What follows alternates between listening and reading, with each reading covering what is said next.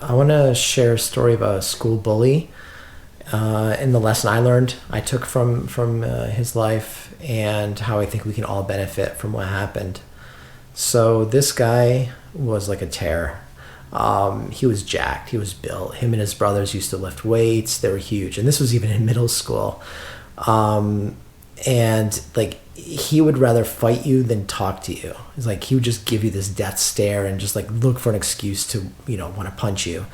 So I did my best to avoid this guy. I think most of us did. One day, something happened.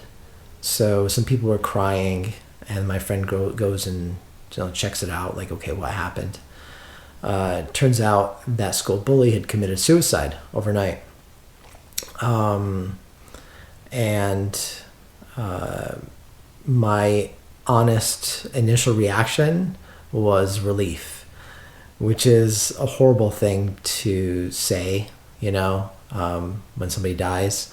But I could only I couldn't see past my own suffering, right, at that moment. And but over the coming days, the story came out. So he'd apparently been abused by his father. He was at a party. He'd gotten drunk, crashed the car, went home, and at that point, I guess he decided that he didn't really want to face the consequences. He didn't want to deal with like his life anymore. It was just too much. And so he just wanted a way out. Found a gun, his father's gun, I'm assuming, and took his own life. And once I understood that, then I started having some empathy for him, right? And, over the course of life, as you have these experiences and you see people and, how they interact with the world, I've come to realize that some of the most angry, hurtful people are some of the most hurt people, right? We have that saying, hurt people. And it's very true. So what can we take from this? What did I take from it? Nowadays, when I see somebody angry, it's very easy for me to look past that and see that there's some pain that this person is going through. It gives me a patience that I wouldn't otherwise have. It's very easy for us to encounter somebody that's angry and then just respond, and myself included.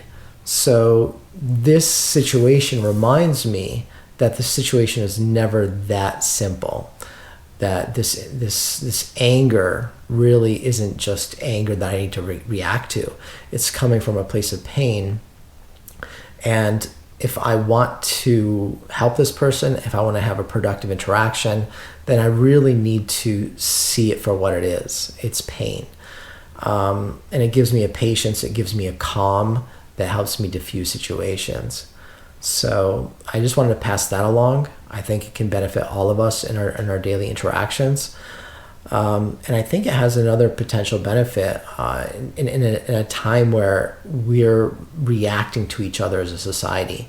The other side's anger makes us angry, and then that angers the other side. And whether these are political divides or economic divides or ideological divides, racial, ethnic, all sorts of divides that we have, our anger, which comes from a place of pain usually, triggers the other person's anger.